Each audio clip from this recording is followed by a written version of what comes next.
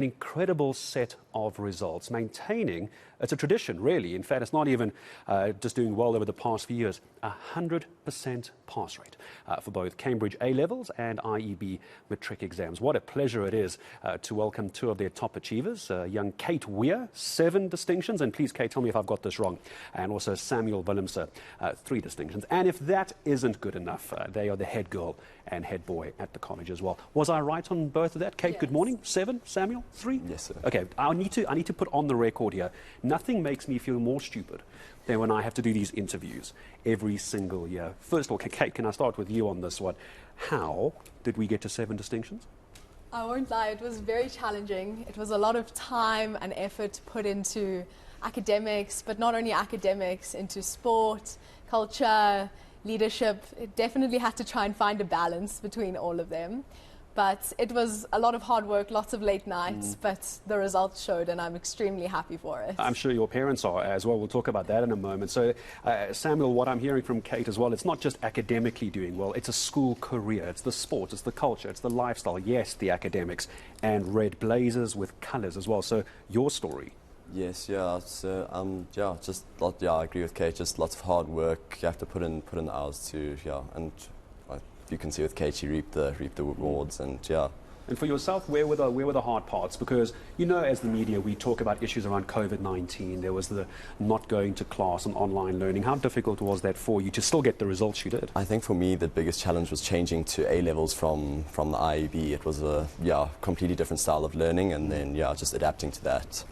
And Kate, you were IEB, yes, is that I right? Was an IEB so I'm going to ask Samuel about that change in a moment, because I'm not quite following. But so IEB, incredible results for the entire institution. What now, of course, because the world's really your oyster. So I'm actually hoping to study in the United States this year. This year, yeah. I'm hoping to do a dual major in international business with accounting. So I'm waiting to hear if I get any scholarships overseas. But if not, I'll be studying at Stellenbosch University and I'll be studying accounting. Because the US curriculum, they start a bit later in the year, don't they? Yes, they only start end of August. Okay, so you've got a bit of time. Okay, good. And Samuel, your plans as well, because you look tired. It looks like you've been waiting for these results. So just take a deep breath for me. It's okay. You can enjoy the moment. You've done very well. What's your plans for the year? My plans for, I guess it is this year now, is, hopefully to study either medicine, at Wits, maybe UCT. And Is there a specialty in mind? Sports physician. Oh, very nice. So you're obviously quite sporty. Yeah. What's the sport you go into? Cricket. Would it be cricket? Yes, it would be, all cricket. Right. And then, so I wanted to circle back to the A-levels and IEB. You said there was a switch. Yes. Do you mind me asking why, and what was the reason behind that? There was, at one stage I was looking to go overseas to England or areas around there to study, but I just decided now, so that's the British curriculum, so then... Is that still the plan? Not at the moment, okay. Just looking, I think to stay more at home. And no gap years, because back in my day, listen to me, back in my day, it's a couple of years ago now, there was always this talk of gap years, Kate. Not a gap year, you've got to keep going, keep rolling. I would like to continue with my studies. I feel like you can always learn something. Even if I just end up at Stellenbosch for 6 months or 4 years or whatever it is, I know I'll learn something and it'll all be beneficial in the end. And head boy, head girl, I'm assuming you got that right on both of that as well. So a lot of pressure, not just academically and sporting and lifestyle and culture. You had to lead the school, Samuel. So how was that? And having to get the results you did. So what was it like having everyone look at you, red blazer, colours, academia as the head boy? I think, they just had to find a balance between your academics and your leadership. There was, I guess, we worked well as a team. There's another two that aren't here, the deputies, and they also put in a big shift. I was about to ask Kate about that. You guys can't do it on your own. No. There was obviously deputies. Absolutely not. We were very fortunate to have incredible deputies, and I think we worked really well as a team. So, let me ask Kate if I can. This wasn't done alone. Yes, there's the parents, of course, who I think probably had a bottle of wine when the results came out. Both sets of your folks. The teachers. Can we just talk about the teachers now, because I made the point to Anne Oberholzer from the IEB earlier. Your matric results last year, you started worrying about this, I'm sure, when the pandemic came out, when COVID. Because your matric results, I'm going to suggest, started to be worked on grade 10, grade 11, grade 12. You'll probably tell me no, it was much earlier, Gareth, but the stress points were grade 10. How important were teachers? The teachers were extremely important. I know my teachers for all my subjects really went above and beyond, helped me after school with extra lessons. They were really incredible, and I have nothing bad to say about them. Oh, good. If you're ever going to say anything bad, you could do it now. Samuel, anything bad to say about your teacher? No, none at all. You're safe? Yes, yeah, all good. All good. The going over and beyond, and I'm very happy to admit this, that's probably one of my regrets, is I just got through. I think it's why I became a journalist. I just managed to get through school. When we talk about going over and beyond, practically, as we're building up to exam time, the matric exams, Samuel, what does going over and beyond mean? Does that mean studying every waking moment? Because there's also a balance, isn't there? What was your routine? So I was studying, playing cricket. Yeah, you have to find time for everything. Yeah, I think just a well-balanced life is important. Important as well, Just need to have fun as well. Yeah, you've got to have the fun. I was about to say, you've got to have some fun. Is there time for fun to get these kind of marks? No, absolutely. You have to have time for fun, otherwise it'll just cause burnout in the end. And we don't want any students with burnout. No, we don't want that, because that doesn't help anybody. I'm going to leave a last question to each of you, because I've heard my reporters doing it throughout this morning, and it's almost the head boy, head girl valedictorian speech. You don't have to give me a whole speech, though. Class of matriculants this year, whether it's Dainfern or anywhere else, they're looking at the two top achievers. Samuel, let me ask you, what is your advice to them? If they were watching now, what do you tell them for the year ahead? I think, just work hard, give your best, and the results will show. And play some cricket, apparently. Yes, and have some fun while you're doing it as well. And Kate, I'll leave you with the last one as well, your advice.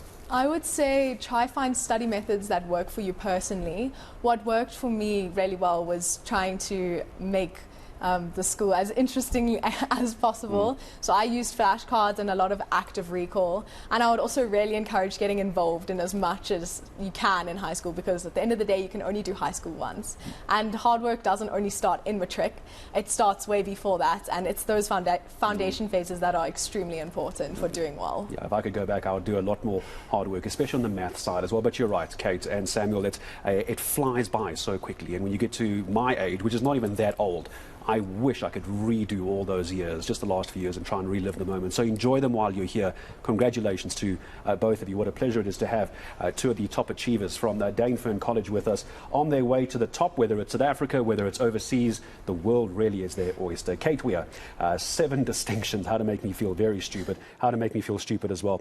Samuel Willemse from Dainfern College. Well done to the college. Well done to every single pupil from the school, and in a special well done to both of their parents and to them themselves. So I'm afraid we now need to flip the coin again as we celebrate fantastic results. Coastal provinces, well, the school bell is rung. It should be around 7:45 this morning. I think it's probably rung already. So last week, inland schools, so they were welcoming back their pupils and new pupils, grade 8, grade 1 as well. But what is day 1 of 2023 looking like down in the Eastern Cape? Just like KZN, it is one of the provinces we were worried about. Ronald Masinda, good morning to you. Where are you in the Eastern Cape, and have our worst fears come true? Good morning, Gareth. Well, we are at Glen Randall High School here in East London. It is a school that is about to hold its assembly, where the HOD of the Eastern Cape Education Department is about to make an address. Without any further ado, let's speak to the HOD. Thank you so much, sir, for your time. I think last week when we held your press conference, you alluded to the issue of student placement. You were sitting just over 1,000 learners who were without classes. What is the current update? Indeed, last week we had 1,020 learners that have not been placed. As at yesterday, end of business yesterday, we had placed about 349 of that. We still remain with about 671 that has not been placed yet. But our districts, your Buffalo City, your Nelson Mandela, as well as Sarah Batman, are working flat out to ensure that those learners are placed. Latest end of this week or next week, but we want to ensure that by next week all the learners that have not been placed are placed, so that teaching and learning proceeds without any hindrance. There was also an issue with regards to concerns over scholar transport, but that seems to be resolved. Yes, that has been resolved. Treasury has been engaging with the Office of the Premier as well as the Department of Transport and Department of Education. They have since sorted out the challenge of the payment of the service providers with the Department of Transport, and soon I think they'll be processing those outstanding payments. But they've also given some lifeline for the Department of Transport to manage scholar transport up to the end of the current financial year, which is 31st March 2023. And then the next budget will then kick in immediately in April. But also the Premier and the MEC for Transport met with the stakeholders in the sector yesterday, during the weekend as well as yesterday, to try and find each other, and indeed they found each other. So the possible threats of the stoppages in terms of the scholar transport are no longer there. The matters have since been resolved. In terms of other challenges, you mentioned textbooks. That seems to be resolved with stationery. Are there any other challenges? I think the challenges that are remaining now, I think on the LTSM, is just a snag with one manufacturer, but they are finishing up those schools today. It's about 45 schools, 30 in OR Tambo Inland, 9 in OR Tambo Coastal, and 6 in Chris and West. So, but they'll finish up that work today. The only snag now is around the additional classrooms, but we are currently moving those additional classrooms to where they are needed. We have asked the Public Works to assist us on that with service providers. The DBSA is also working on that to move those to the where they are needed. For instance, in Sarabadman District Municipality, I think we have Somerset High School, we have Nico Milan. They need additional classrooms there and furniture. And we're sorting out that. We think that by this week or next week, we would have sorted out the issue of furniture as well as the issue of the additional classrooms for them to accommodate grade 8 in particular that have not been placed. It's only the problem of furniture and the problem of additional classrooms. So that remains a bit of a challenge as of now, but we have a plan that we're putting in place. Mr. Kwasa, the very last question. We are expecting matric results to be released soon. What are your expectations here in the province? We are expecting a rise from what we got last year. We got 73% last year.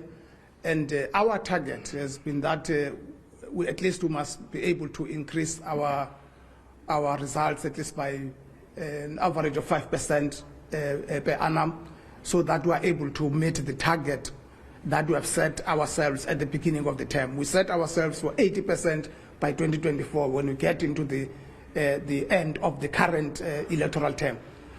So we think that we'll be able to get at least plus 77% because we're targeted 77% and above for the current year. And then next year or this year, end of 2023, with the 2023 matric class, we're then targeting 80%.